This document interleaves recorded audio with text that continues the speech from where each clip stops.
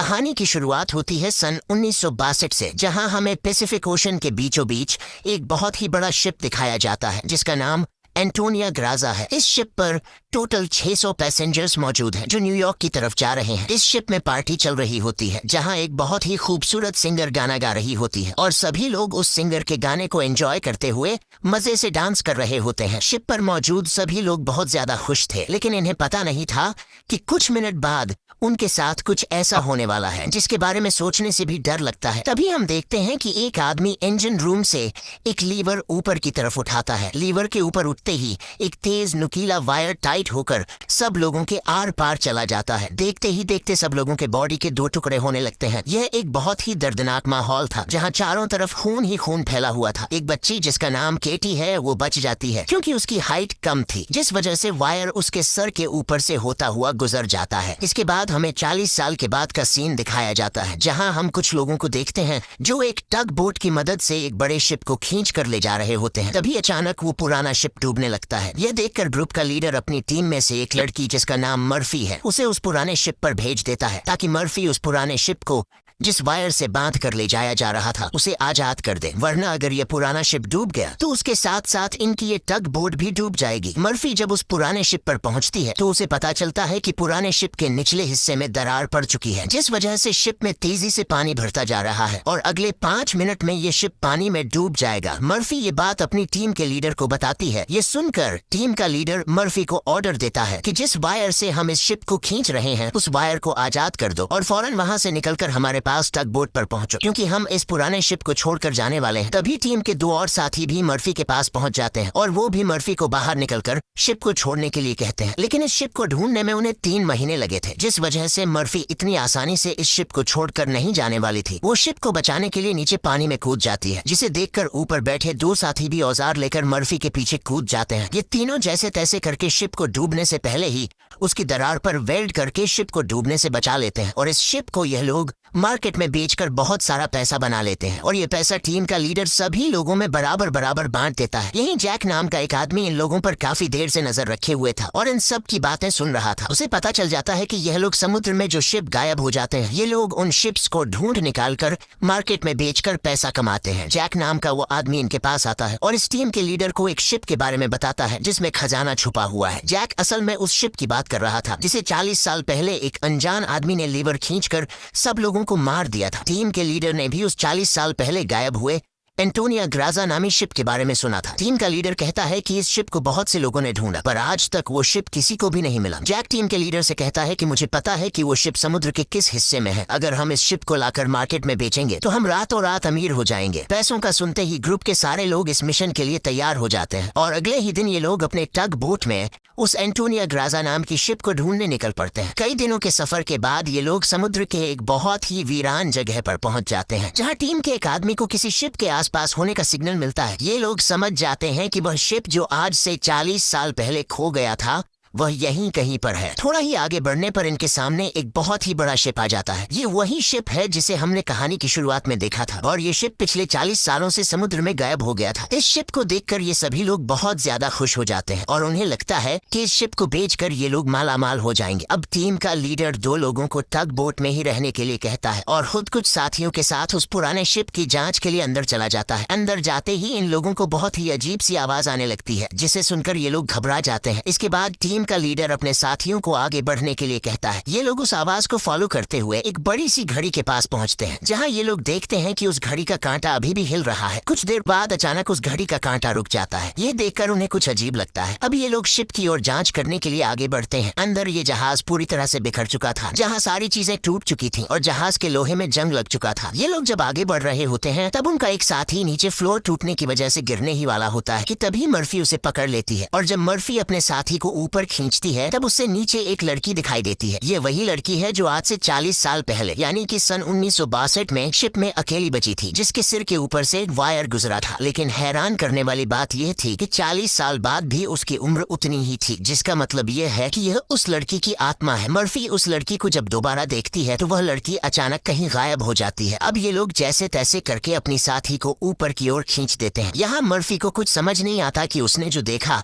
वह सच था या फिर कोई वहम। लेकिन यह सब देखकर मर्फी बहुत ज्यादा डर जाती है। अब यह शिप बहुत ही ज्यादा बड़ा था, इसलिए ये लोग इसे और एक्सप्लोर करने लगते हैं और चलते चलते शिप के मेन कैबिन तक पहुंच जाते हैं, जहां जांच करते हुए उन्हें एक डिजिटल वॉच मिलती है। ये देखकर ये लोग कंफ्यूज हो जाते हैं, क्योंकि आज से 40 साल पहले इस तरह की डिजिटल वॉच नहीं हुआ करती थी। और इस वॉच को देखकर ये लोग समझ जाते हैं कि जरूर हमसे पहले भी यहाँ कुछ लोग आ चुके हैं। इसके बाद ये सब वापस अपने टग बोट पर आते हैं और टीम का लीडर डिसाइड करता है कि अगले दिन हम इस शिप को टग बोट से बांध कर ले जाएंगे। अगली सुबह उन्हें पता चलता है कि शिप में एक बहुत बड़ा होल है, जिसकी वजह से धीरे धीरे शिप पानी में डूब रहा है। टीम का लीडर कहता है कि इस हालत में शिप को टग बोट से बांध कर ले जाना नामुमकिन है, क्योंकि शिप में ढेर सारा पानी जमा हो चुका है। पानी की वजह से शिप का वजन कई गुना बढ़ चुका है, इसीलिए इस पुराने शिप को टग बोट से बांध कर ले जाना एक बेवकूफी होगी। अब ये लोग डिसाइड करते हैं कि पहले हम शिप के होल को वेल्ड करके बंद करेंगे और फिर शिप के अंदर मौजूद सारा पानी निकालकर इसे टग बोट से बांध कर ले जाएंगे। कैप्टन की बात सबको ठीक लगती है, जिसके बाद ये सभी अपने अपने काम पर लग जाते हैं। कुछ साथी शिप के होल को रिपेयर करने में लग जाते हैं और कुछ शिप के अंदर मौजूद खजाना ढूंढने में लग जाते हैं।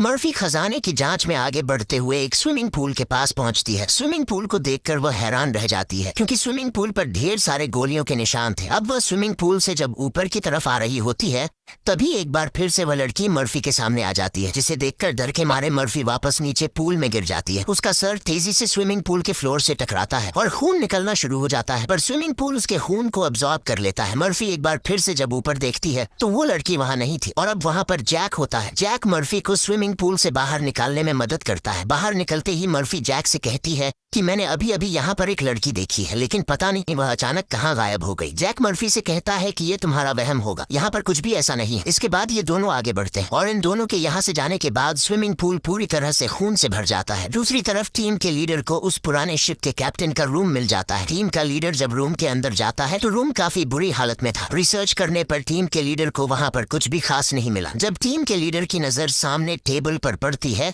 तो वह देखता है कि टेबल पर एक शराब की बोतल और ग्लास में किसी ने पैक बनाकर रखा है। यह सब देखकर ऐसा लग रहा था जैसे अभी अभी कोई शराब पीकर चला गया हो। टीम का लीडर जैसे ही इस ग्लास को उठाकर पीने वाला होता है, तब उसकी नजर सामने लगे शीशे पर पड़ती है और शीशे में टीम के लीडर को इस पुराने शिप का कैप्टन दिखाई देता है। ये देखकर टीम का लीडर बहुत ज्यादा डर जाता है और उसके हाथ से शराब की ग्लास गिरकर टूट जाती है और टीम का लीडर डर के मारे वहाँ से निकल जाता है। इस शिप पर सभी के साथ अजीबोगरीब इंसिडेंट्स हो रहे थे। टीम का एक साथी जिसका नाम मार्क है, उसे इस शिप पर किसी लेडी सिंगर के गाने की आवाज सुनाई देने लगती है। वह उस आवाज को फॉलो करते हुए शिप के ग्राउंड एरिया में पहुंच जाता है, जहां पर वह लेडी सिंगर भी मौजूद होती है। ये वही सिंगर थी जिसे हमने कहानी की शुरुआत में देखा था। दूसरी तरफ मर्फी और जैक आगे बढ़ते हुए लॉन्ड्री रूम से बाहर जाने वाले गेट को जैसे ही खोलते हैं, तभी अंदर जमा हुआ सारा पानी उनके ऊपर आ जाता है, जिसमें कई सारे लोगों की डेड बॉडीज थीं। मर्फी और जैक डर के मारे वहां से आगे बढ़ने लगते हैं। आगे बढ़ते हुए उनके सामने एक कैबिन का दरवाजा खुलता है। अंदर जाने पर जैक को एक बहुत ही लग्जरी कार मिलती है, जिसे देखकर वह बहुत खुश होता है, पर मर्फी को यहाँ कुछ गड़बड़ महसूस होता है, इसलिए वह जल्दी ही यहाँ से निकलना चाहती थी। तभी एक दूसरे रूम से उन्हें कुछ हिलता हुआ नजर आता है। जब ये दोनों उस चीज के करीब आते हैं और उसके ऊपर रखा हुआ सामान हटाकर देखते हैं तो उनकी आंखें खुली की खुली रह जाती हैं, क्योंकि वहां पर सोने से भरा हुआ एक बॉक्स पड़ा था। ये देखकर मर्फी अपने बाकी साथियों को तुरंत बुला लेती है और जब सब यहाँ पहुँचते हैं तो सामान हटाने पर उन्हें इसी तरह के 9 बॉक्स मिलते हैं और हर एक बॉक्स में 28 गोल्ड प्लेट्स पड़ी हुई थी, जिसे देखकर सभी की खुशी का ठिकाना नहीं रहता, क्योंकि ये सभी रातों रात अमीर हो गए। इतने बड़े खजाने को ढूंढने के बाद ये लोग डिसाइड करते हैं कि इस शिप को यहीं छोड़ देंगे और सिर्फ सोना यहाँ से लेकर जाएंगे। इसके बाद ये लोग सारा का सारा गोल्ड अपने टग बोट पर रख देते हैं और अब ये लोग यहाँ से निकलने की तैयारी करते हैं। टग बोट को चलाने वाला कैप्टन बोट को स्टार्ट करने के लिए इंजन की सफाई करने लगता है और तभी हमें दिखाया जाता है कि टग बोट में रखा गया सिलेंडर का वाल्व अपने आप चालू हो गया है, जिससे हवा में गैस फैलना शुरू हो जाता है। वही मर्फी एक बार फिर से उसी लड़की को देखती है जो उसकी तरफ तेजी से भागती हुई आ रही होती है, जैसे वह मर्फी को कोई बात बताना चाहती है, और तभी उसे कोई पकड़कर नीचे धकेल देता है और जैसे ही टग बोट का कैप्टन इंजन को ऑन करता है, तभी सिलेंडर से निकली गैस की वजह से पूरे बोट में एक बहुत ही बड़ा ब्लास्ट होता है, जिसमें टग बोट का कैप्टन मारा जाता है। अब ये लोग समुद्र के बीचों बीच एक सुनसान शिप पर फंस चुके थे। ये सभी लोग बहुत ज्यादा परेशान होते हैं, क्योंकि उनके पास जो यहाँ से निकलने का टग बोट था वह पूरी तरह से तबाह हो चुका था। इनका एक साथी जिसका नाम मार्क है, वो अपनी गर्लफ्रेंड की फोटो देखकर बहुत ज्यादा परेशान हो जाता है क्योंकि 2 हफ्ते बाद उनकी शादी होने वाली थी और अब उसे लगता है कि वह कभी भी यहाँ इस शिप से बचकर नहीं जा पाएगा। परेशानी में मार्क वहाँ रखी कई साल पुरानी शराब पीने लगता है। दूसरी तरफ मर्फी भी कंफ्यूज्ड होती है कि उसे बार बार वह लड़की क्यों दिखाई दे रही है। इसीलिए मर्फी उस लड़की के बारे में जानने की कोशिश करती है। वह शिप के डेटा में पैसेंजर्स के नाम चेक करती है, जिससे उसे पता चल जाता है कि जो लड़की उसे दिखाई दे रही है उसका नाम केटी है। रिसर्च करते हुए वह केटी के रूम तक पहुंच जाती है, जहां अलमारी का दरवाजा खोलते हुए उसे केटी का ढांचा मिल जाता है, जिसे देखकर मर्फी बहुत ज्यादा डर जाती है। फिर जैसे तैसे करके मर्फी खुद को संभालती है और उस ढांचे के गले में लटके लॉकेट को उतार कर देखती है, जिसमें उस छोटी लड़की के पेरेंट्स की फोटो थी जो उसके पीछे ही खड़ी थी। उसे देखकर मर्फी को एक जोरदार झटका लगता है। केटी कहती है कि वह लॉकेट बंद मत करना क्योंकि बहुत साल बाद मैं अपने मॉम डैड को देख रही हूँ। मर्फी को अब भी यकीन नहीं हो रहा था कि वो एक मरी हुई लड़की से बात कर रही है, पर जब वह लॉकेट को केटी के हाथ में देने लगती है तो लॉकेट केटी के हाथ से आर पार चला जाता है और अब जाकर मर्फी को यकीन हुआ कि यह लड़की कोई इंसान नहीं बल्कि एक आत्मा है। केटी मर्फी को बताती है कि इस शिप पर और भी कई सारे लोगों की आत्मा कैद है और तब तक ये सोल यहाँ से आजाद नहीं हो सकती जब तक उस आदमी को न मारा जाए जो लोगों की आत्मा को यहाँ पर कैद करता है। मर्फी केटी से पूछती है कि कौन है वो आदमी जिसने तुम्हें और बाकी लोगों की आत्माओं को यहाँ कैद कर रखा है। केटी जैसे ही मर्फी को उस आदमी के बारे में बताने वाली होती है तभी अचानक छत पर कुछ अजीब से कीड़े निकलने लगते हैं, जिसे देखकर केटी बहुत ज्यादा डर जाती है और वह मर्फी से कहती है कि जल्द से जल्द इस शिप से तुम लोग निकल जाओ वरना तुम लोग मारे जाओगे। इसके बाद केटी गायब हो जाती है। दूसरी तरफ मार्क पूरी बोतल पीने के बाद उसे चक्कर आने लगा। उसके आसपास पड़े सभी टेबल और चेयर्स हिलने लगते हैं। देखते ही देखते सब कुछ रिपेयर होकर नया हो गया और आज से 40 साल पहले जो लोग इस शिप में मारे गए थे वह दोबारा से मार्क के सामने जिंदा खड़े हो गए। मार्क बीच में खड़ा था, जिसके चारों तरफ लोग उसके लिए तालियां बजाने लगे। शुरू में तो मार्क को भी कुछ अजीब लगता है, लेकिन फिर वह सोचता है कि यह सब शराब का कमाल है। अगले ही पल वह लेडी सिंगर मार्क के करीब आ गए और वह मार्क के साथ इंटीमेट होने लगी। लेडी सिंगर पूरी तरह से मार्क को अपने वश में करके अपने पीछे लगा देती है। मार्क भी बिना कुछ सोचे समझे उसके पीछे जाने लगा। बेवकूफ मार्क को पता ही नहीं चलता कि ये सिंगर उसे एक ट्रैप में फंसा रही है। वह लेडी सिंगर फ्लोर के किनारे पर खड़ी होकर मार्क को बुलाने लगती है। मार्क इस सिंगर को हासिल करने के चक्कर में फ्लोर से नीचे गिरकर मारा जाता है। वही हमें टीम के लीडर को दिखाया जाता है जो इस पुराने शिप के कैप्टन के रूम में बैठा होता है। तभी वह देखता है कि शराब की बोतल अपने आप ही सरकने लगी। कुछ देर बाद उसके सामने इसी शिप के कैप्टन की आत्मा आ जाती है। यह देखकर टीम का लीडर काफी ज्यादा घबरा जाता है। तब शिप का कैप्टन उसे ग्लास में शराब डालकर पीने के लिए देता है। साथ ही वह उसे फोटो देता है जिसमें एक शिप होता है जिसका नाम लोरली है। कैप्टन बताता है कि आज से कई साल पहले हमारे पास एक आदमी आया था जिसने हमें लोरली शिप के बारे में बताया। उसने कहा कि लोरेलाई शिप में बहुत ही बड़ा खजाना छुपा हुआ है। जब हमने लोरेलाई शिप को रेस्क्यू किया तब हमें सच में वो सारा खजाना मिला। कैप्टन टीम के लीडर को एक दूसरी फोटो दिखाते हुए कहता है कि ये वो आदमी है जिसने हमें लोरेलाई शिप का बताया था। टीम का लीडर उस आदमी की फोटो देखकर उसके गले में सांसें अटक जाती हैं क्योंकि वह आदमी कोई और नहीं बल्कि जैक था और ये फोटो 40 साल पुरानी थी। 40 साल गुजरने के बाद आज भी उसके उम्र में कोई बदलाव नहीं हुआ। वह फोटो में बिल्कुल वैसा ही दिख रहा था जैसे 40 साल पहले दिखता था। अब टीम का लीडर समझ जाता है कि जैक कोई इंसान नहीं बल्कि एक भूत है। ये सब समझते ही टीम का लीडर जल्द ही अपनी टीम को इस शिप से निकालना चाहता था। वह जल्दी से अपने साथियों को ढूंढने लगता है, पर तभी उसके सामने उसका वही साथी आ जाता है जो टग बोट में गैस खुलने की वजह से ब्लास्ट में मारा गया था। दरअसल ये ब्लास्ट में मारे जाने वाले आदमी की आत्मा होती है जो टीम के लीडर को मारने के लिए आगे बढ़ता है। लीडर उससे खुद को बचाने के लिए भागता है, लेकिन तभी उसके सामने मर्फी आ जाती है। अब ब्लास्ट में मारा जाने वाले आदमी की आत्मा तो गायब हो जाती है, पर टीम के लीडर को मर्फी का चेहरा उसी ब्लास्ट में मारे जाने वाले साथी की तरह दिख रहा होता है जो कुछ देर पहले भूत बनकर उसके पीछे आ रहा था। इसलिए टीम का लीडर मर्फी को भूत समझकर उसके ऊपर हमला कर देता है, पर मर्फी खुद को बचाने के लिए उसके पैर को घायल कर देती है। लेकिन इससे टीम के लीडर का ज्यादा कुछ नहीं बिगड़ता। वह दोबारा से मर्फी पर हमला करने के लिए खड़ा होता है। इससे पहले कि वह मर्फी को मार पाता तभी पीछे से जैक आकर लीडर को लोहे के रॉड से सिर पर मारकर बेहोश कर देता है। जैक वही आदमी है जो इन सबको यहाँ लेकर आया था। पूरी टीम में सिर्फ टीम के लीडर को ही पता चल चुका था कि जैक कोई इंसान नहीं बल्कि एक डीमन है और जैक को भी समझ गया था कि टीम के लीडर को मेरी सारी सच्चाई मालूम हो गई है। इसलिए वह टीम के लीडर को अपने रास्ते से हटाने के लिए सबको उसके खिलाफ भड़काता है। है। वो कहता है कि अगर ये दोबारा होश में आ गया तो यह हम में से किसी को नुकसान पहुंचा सकता है। सबको जैक की बात ठीक लगती है, इसलिए यह लोग अपने लीडर को एक टैंक में फेंक देते हैं। अब यहाँ से निकलने का कोई और रास्ता न मिलने पर यह लोग प्लान के मुताबिक शिप को रिपेयर करने के काम में लग जाते हैं। जल्द ही शिप में जिस सुरंग से पानी अंदर आ रहा था उस सुरंग को यह लोग वेल्ड कर देते हैं और पंप के जरिए जहाज के अंदर जमा हुआ पानी बाहर निकालने लगते हैं। मर्फी देखती है कि उनका एक साथी जिसका नाम मार्क है वो कहीं भी नहीं दिखाई दे रहा, इसलिए मर्फी उसे ढूंढने निकल पड़ती है। तभी उसके सामने उस लड़की की आत्मा एक बार फिर से आ जाती है, जो उसे दिखाती है कि तुम जिस आदमी को ढूंढ रही हो वह मर चुका है। यह मार्क होता है जो लेडी सिंगर को पाने के चक्कर में मारा गया। और अब यह लड़की मर्फी के कंधे पर हाथ रखकर उसे 1962 की उस रात में ले जाती है जहां यह सारा इंसिडेंट हुआ था, जब सब के सब शिप में मारे गए थे। उस रात शिप पर मौजूद सभी लोगों को बहुत ही बेरहमी से मारा गया था और यह सब एक ग्रुप कर रहा था जिसका मकसद था इस शिप पर मौजूद सारा गोल्ड चुराना। इन लोगों ने कुछ लोगों को खाने में जहर मिलाकर मार डाला, कुछ लोगों को वायर से काट कर उनके 2 टुकड़े कर दिए और कुछ को गोलियों से छलनी कर दिया गया। इनके कहर से केटी भी नहीं बच पाई। इन्होंने केटी को उसके रूम में ले जाकर फांसी पर लटका दिया। इन सब के पीछे थी वही लेडी सिंगर जिसने गोल्ड लूटने के लिए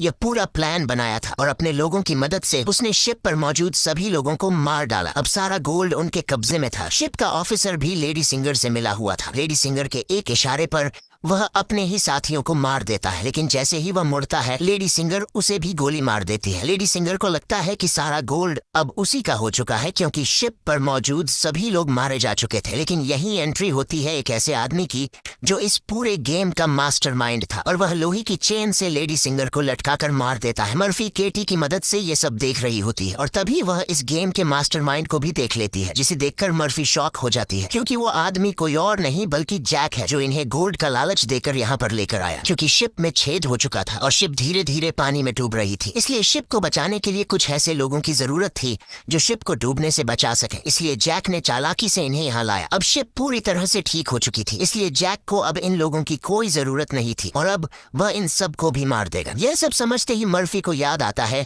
कि हमने जैक की बातों में आकर अपने लीडर को टैंक में बंद कर दिया था। अब मर्फी अपने लीडर की जान बचाने के लिए उसके पास दौड़ कर जाती है, लेकिन अब टैंक में पानी भरने की वजह से लीडर की मौत हो गई होती है। मर्फी अपने लीडर को बचाने के लिए टैंक का कांच तोड़ने की कोशिश करती है, पर टैंक का कांच बहुत ही मजबूत था, इसलिए लाख कोशिश करने के बावजूद भी लीडर को बचा नहीं पाती। इसके बाद मर्फी अपने एक साथी के पास आती है जिसका नाम डॉज है। मर्फी डॉज को जैक की सारी सच्चाई बता देती है और कहती है कि जैक तुम्हें जहाँ भी नजर आए उसे शूट कर दो, मैं अपने एक और साथी को ढूंढने जा रही हूँ। मर्फी के जाने के कुछ देर बाद जैक डॉज के सामने आ जाता है, जिसे मर्फी ने कहा था कि जैक जहां भी नजर आए उसे शूट कर दो। डॉज जैक से कहता है कि यहीं पर खड़े रहो और अपनी जगह से हिलना मत। ये सुनकर जैक समझ जाता है कि मर्फी ने इसे मेरी सारी सच्चाई बता दी है। तब जैक डॉज को बातों में उलझाकर डॉज से बंदूक छीनने की कोशिश करता है, लेकिन डॉज जैक की होशियारी समझ जाता है और वो फौरन जैक पर बंदूक की गोली चला देता है, जिससे जैक दूर जा गिरता है। जिसके बाद डॉज जैक के पास आता है और देखता है कि जैक मारा जा चुका है। यह देखकर डॉज वहां से चला जाता है, लेकिन हम देखते हैं कि जैक अभी भी मरा नहीं है। दूसरी तरफ मर्फी अपने जिस साथी को ढूंढने गई थी, मर्फी को पता चल जाता है कि वो पानी में मारा गया है। अब डॉज के अलावा मर्फी के सारे साथी मारे जा चुके थे, इसलिए मर्फी डिसाइड करती है कि वो इस पूरे शिप को तबाह कर देगी। जिसके बाद मर्फी शिप के हर एक कोने में बॉम्ब फिट करने लग जाती है और तभी उसके पास डॉज आ जाता है। डॉज मर्फी को बताता है कि मैंने जैक को मार दिया। ये सुनकर मर्फी कहती है कि जैक नहीं मरने वाला है, क्योंकि जैक कोई इंसान नहीं बल्कि एक डीमन है, इसलिए हमें यह पूरी शिप ब्लास्ट करनी होगी ताकि जैक हमारी तरह और किसी इंसान को यहाँ लाकर न फंसा सके। और जैक ने जितने भी सोल्स को इस शिप में कैद कर रखा है वो सभी आजाद हो जाएंगे। डॉज यहाँ पर गुस्से से मर्फी को समझाता है कि हमें शिप को ब्लास्ट नहीं करना चाहिए, क्योंकि इस तरह से शिप में रखा सारा गोल्ड बर्बाद हो जाएगा और हमें बिना गोल्ड हासिल किए खाली हाथ घर लौटना होगा। मर्फी कहती है कि यह गोल्ड दरअसल जैक का एक चाल है जो हम यहाँ से कभी भी नहीं ले जा पाएंगे, इसलिए मुझे हर हाल में यह शिप ब्लास्ट करनी होगी। अब जैक समझ जाता है कि मर्फी किसी भी हाल में नहीं मानने वाली, इसलिए जैक अपने असली रूप में आ जाता है, जिससे हम समझ जाते हैं कि जैक ने डॉज को भी मार दिया था। जैक उसे बताता है कि तुम्हारा और मेरा काम एक ही है। जिस तरह से तुम समुद्र में फंसी हुई शिप्स को जमा करती हो, उसी तरह से मैं सोल्स को जमा करता हूँ। पहले मैं भी इंसान था, लेकिन मैंने बहुत पाप किए, जिसके बदले मुझे यह काम दिया गया और अब मैं सोल कलेक्टर हूँ, जिसके लिए मुझे शिप की जरूरत है और मैं नहीं चाहता कि तुम इस शिप को ब्लास्ट करो। जैक मर्फी को एक चांस देता है। वो कहता है कि जाओ, मैं तुम्हें नहीं मारूंगा, लेकिन बदले में तुम्हें इस शिप को ब्लास्ट नहीं करना होगा। पर मर्फी उसकी बात नहीं मानती, जिसके बाद जैक एक लोहे के रॉड से उस पर हमला हमला कर देता है, जिससे मर्फी नीचे गिर जाती है। अब जैसे ही जैक मर्फी को मारने के लिए आगे बढ़ता है, तब मर्फी एक तीर चलाकर उस बॉम्ब वाले रिमोट पर निशाना लगाती है और खुद फौरन पानी में कूद जाती है, जिसके बाद शिप में एक बहुत बड़ा ब्लास्ट होता है। ब्लास्ट की वजह से शिप पानी में डूबने लगती है और मर्फी पानी के अंदर शिप के नीचे फंस चुकी होती है। अब उसे बाहर निकलने का कोई रास्ता नहीं दिखता और उसकी सांसें भी फूलने लगती हैं। पर तभी वहाँ पर केटी की आत्मा आती है, जो मर्फी को हाथ से पकड़कर ऊपर का रास्ता दिखाती है। तब मर्फी देखती है कि जैक ने जितने भी सोल्स को कैद कर रखा था, वो सभी सोल्स आजाद हो गई हैं। मर्फी बड़ी मुश्किल से ऊपर सरफेस पर आ जाती है और वो देखती है कि शिप में जितने भी सोल्स थे वो सब अपनी असली दुनिया में जाने लगे हैं। दरअसल यहाँ जितने भी सोल्स थे वो सभी जैक के गुलाम थे। सिर्फ केटी की सोल उसकी गुलाम नहीं बन पाई, क्योंकि केटी की सोल पवित्र थी, जिस वजह से जैक उस पर ज्यादा कंट्रोल नहीं कर पा रहा था। इसीलिए केटी की सोल बार बार मर्फी की मदद कर रही थी। यहाँ मर्फी एक बॉक्स के सहारे समुद्र में तैरती रहती है और तभी वो एक शिप तक पहुंच जाती है, जो शिप उसे रेस्क्यू कर लेता है। जब उसे पोर्ट पर लाया जाता है तो वो अपनी एम्बुलेंस से देखती है कि जैक अभी भी जिंदा है और शिप का जितना भी गोल्ड था वो उस गोल्ड को एक दूसरे शिप में ट्रांसफर कर रहा है, ताकि उस गोल्ड के लालच में वो और भी लोगों को मार सके और उनकी आत्माओं को कैद कर सके। इसी के साथ ये कहानी खत्म हो जाती है। अगर आपको हमारी वीडियो अच्छी लगी हो तो हमारे चैनल को सब्सक्राइब और वीडियो को लाइक जरूर कीजिए।